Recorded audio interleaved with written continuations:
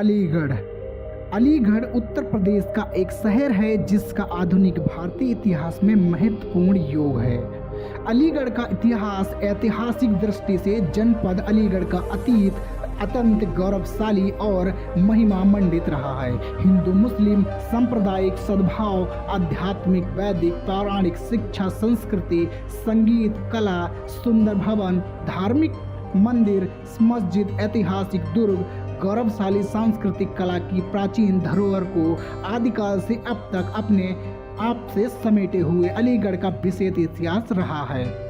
अलीगढ़ 18वीं शताब्दी से पहले अलीगढ़ को कोल या कि कोइल के नाम से जाना जाता था। इसका इतिहास 12वीं शताब्दी तक का इतिहास धुंधला सा है। आयरलैंड के वकील एडविन एटकिंसन के अनुसार इस जगह की स्थापना और नामकरण राजपूतों ने वर्ष 372 में किया था। अलीगढ़ नाम नजफ खां का दिया हुआ है। तालों का शहर अलीगढ़। अलीगढ़ उत्तर प्रदेश का एक महत्वपूर्ण व्यापारिक केंद्र है और पूरे देश में तालों के शहर के नाम से प्रसिद्ध है। अलीगढ़ के ताले पूरे विश्व में निर्यात किए जाते हैं। अलीगढ़ की जानते हैं स्थिति। अलीगढ़ को ताला नगरी के नाम से भी जाना जाता है। अलीगढ़ सीमा रेखा के पूर्व में कासगंज, पश्चिम में हरियाणा राज्य, उत्तर में संभल, गौतम बुद्ध नगर और बुलंदशहर तथा दक्षिण में हाथरस और मथुरा स्थित है। अलीगढ़ से होकर 2 नदियां गंगा और यमुना गुजरती हैं। ऐतिहासिक दृष्टि से अलीगढ़ कोल एक अत्यधिक प्राचीन स्थल है। महाभारत के सर्वेक्षण विभाग के अनुसार लगभग 5000 वर्ष पूर्व कोई कौशिक कौशल नाम का चंद्रवंशी राजा यहाँ राज्य करता था और तब उसकी इस राजधानी का नाम कौशाम्बी था। वाल्मीकि रामायण में भी इसका उल्लेख पाया जाता है। चंद्रवंशी राजा कौशरिव को पराजित कर कोल नामक एक दैत्यराज यहाँ पर का बादशाह बना और उसने अपने नाम पर इस स्थल का नाम कोल रखा। और यह उस समय की बात है जब पांडव हस्तिनापुर से अपनी राजधानी उठाकर बुलंदशहर लाए थे। वर्तमान अलीगढ़ पर काफी दिन तक कोल का शासन रहा। इब्राहिम लोदी के समय उमर का पुत्र मोहम्मद ने कोल में लोदी किले का निर्माण किया था। इसका नाम कोल से मोहम्मदगढ़ कर दिया गया था। इसके बाद 1717 ईस्वी में साबित खान ने इस क्षेत्र का शासक बना और लोदी किले का फिर से निर्माण कराकर उसका नाम अपने नाम पर साबितगढ़ किला और शहर का नाम साबितगढ़ कर रख दिया। मराठाओं एवं अंग्रेजों का युद्ध। 1803 में मैसूर की शक्ति समाप्त होने के बाद पूरे भारत में केवल मराठाओं के पास ही अंग्रेजों से लड़ने हेतु शक्ति बची थी। 1 सितंबर 1803 में अलीगढ़ किले पर अंग्रेजों और मराठाओं के मध्य लड़ाई हुई थी।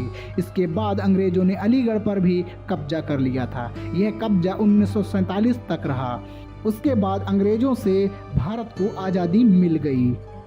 लोक कथाओं के अनुसार भगवान श्री कृष्ण के बड़े भाई बलराम दाऊजी महाराज द्वापर युग के अंत में राम घाट गंगा स्नान के लिए यहाँ होकर गुजरे तो उन्होंने स्थानीय खैर रोड पर अलीगढ़ नगर के करीब 5 किलोमीटर दूर स्थित प्राचीन ऐतिहासिक स्थल श्री खेरेश्वर धाम पर रुके थे और दैत्य सम्राट कोल का वध करने के बाद अपना हथियार हल जहाँ जाकर धोया था उस स्थान का नाम हल्द्वानी हो गया। अलीगढ़ में मुस्लिम लीग की स्थापना।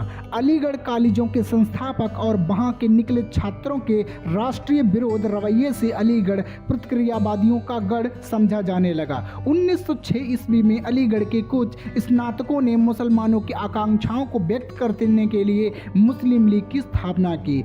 कुछ वर्षों तक मुस्लिम लीग ने भारतीय राष्ट्रीय कांग्रेस के साथ मिलकर भारत के लिए शासन सुधार की मांग की, लेकिन अंत में वह घोर सांप्रदायिक संस्था बन गई और पाकिस्तान की मांग की। 1946 में उसी मांग के आधार पर भारत का विभाजन हो गया। अलीगढ़ मुस्लिम विश्वविद्यालय की स्थापना 1875 में सर सैयद अहमद खान ने अलीगढ़ में मोहम्मद एंग्लो और ओरिएंटल कॉलेज की स्थापना की और ऑक्सफोर्ड और कैम्ब्रिज विश्वविद्यालयों के बाद कॉलेज को पर्यटन दिया कि उन्होंने इंग्लैंड की यात्रा पर दौर किया था। बाद में 1920 में अलीगढ़ मुस्लिम यूनिवर्सिटी बन गया। अब जानते हैं अलीगढ़ के किले। पुरातात्विक प्रसंग के अनुसार अलीगढ़ में 2 किले हैं। एक किला ऊपरकोट टीले पर तथा दूसरा मुस्लिम विश्वविद्यालय के उत्तर में बरौली मार्ग पर स्थित है। शहर के बीचों बीच स्थित प्राचीन किला डोरगढ़ 1524 अब तक एक खंडहर मात्र रह गया है। इसका एक बड़ा हिस्सा 18वीं शताब्दी की एक मस्जिद द्वारा अधिग्रहित कर लिया गया था। अलीगढ़ में अनेक मुसलमान औलिया के मज़ार हैं। अब हम जानते हैं कृषि के बारे में। अलीगढ़ एक कृषि व्यापारिक केंद्र है जहां कृषि उत्पादों का प्रसंस्करण और विनिर्माण महत्वपूर्ण है। इसके आसपास के क्षेत्रों में गेहूं, जौ और अन्य फसलें उगाई जाती हैं। अब हम जानते हैं व्यापार और उद्योग।